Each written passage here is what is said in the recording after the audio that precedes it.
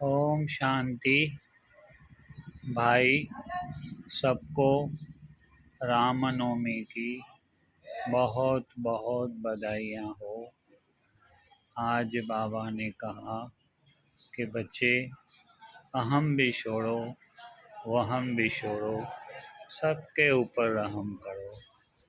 आज अमृत वेले बाबा ने मुझे खुद का साक्षात्कार कराया और दिखाया कि बच्चे तेरे में संपूर्ण बनने में बाकी क्या क्या कमियां रह गई है वो जल्दी जल्दी पूरी करो, संपूर्ण बन के मेरे पास आ जाओ। ऐसा बाबा ने मुझे टचिंग किया।